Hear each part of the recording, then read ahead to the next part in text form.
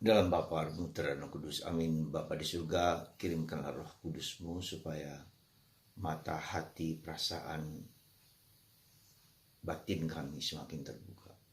Semakin kami melihat keselamatan dengan kacamata yang lebih luas, dengan kacamata-Mu sendiri. Bantu kami ya Bapa untuk memiliki pengertian yang benar tentang keselamatan itu. Terpujilah nama-Mu kini dan sepanjang segala masa. Amin. Para saudara, dalam bacaan pertama hari ini dari kitab Makabe dikatakan tentang adanya Raja Antiochus Epiphanes yang jahat, yang mau bersekutu dengan bangsa-bangsa di sekitar, yang mau melepaskan tradisi Yahudi yang sudah mengakar dan jatuh kepada tradisi di sekitar. Ada banyak orang yang mengikuti, tapi ada banyak juga orang yang mau menjadi martir.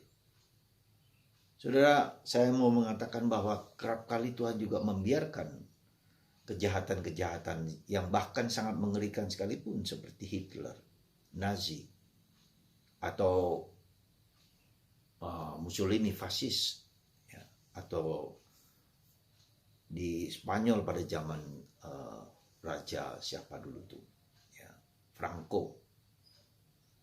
Begitu banyak dunia kekejaman seperti Idi Amin dan segala macam, itu dibiarkan Tuhan supaya orang matanya terbuka.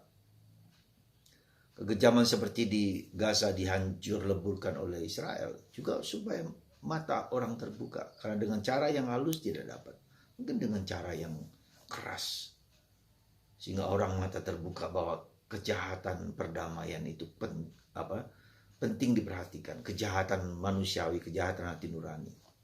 Tapi juga betapa banyaknya martir-martir yang harus berkorban, yang berusaha untuk membuat perdamaian. Di tengah segala rintangan itu, maka kita juga mengalami penyucian, pembersihan. Hal yang sama bisa kita lihat dalam bacaan Injil hari ini ketika si buta itu yang tak dapat melihat. Bisa bayangkan orang yang tidak melihat, bisa bayangkan orang yang mencari di segala sesuatu tetapi tidak mendapatkan. Ada semacam keputusasaan, ada semacam titik di mana orang tak dapat lagi berharap pada sesuatu yang manusiawi. Disitulah ketika dia mendengar suara rame-rame banyak orang berkelebat, ya, dan dia bertanya, siapakah itu? Apakah itu? Yesus, orang Nazaret, ya, datang. Dan yang menarik adalah si buta itu bukan Yesus dari Nazaret yang didoakan. Yesus anak Daud, kasianilah aku. Jadi menarik sekali, ternyata orang meskipun buta, dia memiliki kemampuan untuk berdialog dengan Tuhan. Dia memiliki kemampuan untuk melihat sejarah, ya, bangsa Israel, bahwa anak Daud akan datang untuk menyelamatkan manusia dari segala dosa, segala pengaruh.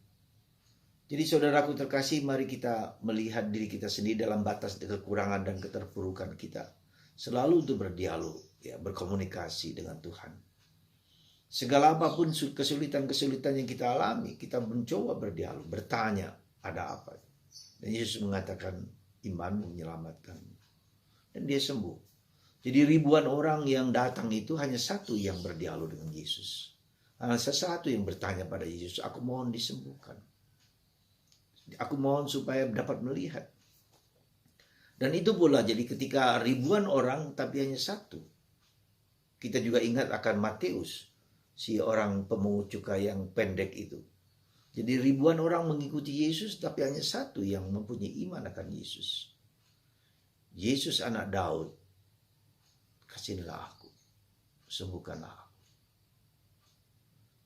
Dari mana dia memiliki suatu keyakinan itu? Jadi dia tentu ada dialog, ya, ada komunikasi, ada pertanyaan, ya, ada sesuatu yang bergeliat dalam dirinya. Maka kesembuhan atau berbagai macam permohonan itu harus dikembangkan semangat bertanya, semangat berdialog, semangat berkomunikasi dengan Tuhan. Di segala sesuatu apapun. Dengan berdialog itu kita dilatih untuk mendapatkan jawaban juga dari Tuhan. Seperti halnya kita bisa melihat bagaimana suatu sikap self determination, jadi suatu keyakinan yang dalam bahwa jalan ini adalah jalan baik, bahwa Yesus adalah satu-satunya yang dapat membebaskan aku, menyembuhkan aku. Keyakinan mendalam, keyakinan ini.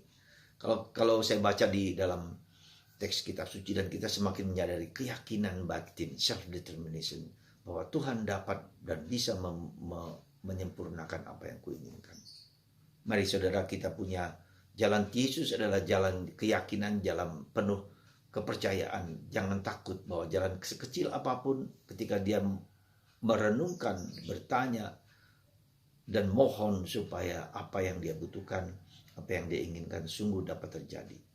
Ya Tuhan dan Allahku, aku percaya dalam Engkau kami sembuh, kami kuat, kami yakin. Self determination. Jangan ragu, jangan takut, jangan cemas, jangan gelisah. Tuhan pasti dapat menyembuhkan. Apapun yang mungkin bagi kita dalam pikiran kita tidak mungkin menjadi mungkin bagi Allah. Semoga hidup kita, cara hidup kita, dengan penuh keyakinan kita jalani dengan penuh kepastian. Tuhan membuka mata kita. Ada bagian dalam diri kita yang diminta oleh Tuhan. Memang tergantung dari Tuhan. Tapi ketika kita memiliki keyakinan bahwa Tuhan dapat menyembuhkan kita, pasti Tuhan mendengarkan itu. Dia mendengarkan seruan kita. Dia mendengarkan apa yang kita minta, seperti yang dikatakan dalam Mazmur. Tuhan, dengarkanlah seruanku. Semoga Tuhan memberkati Anda hari demi hari, saat demi saat, untuk percaya tulus 100% bagi Allah. Tuhan memberkati Anda, Bapa, Putra, dan Roh Kudus. Amin.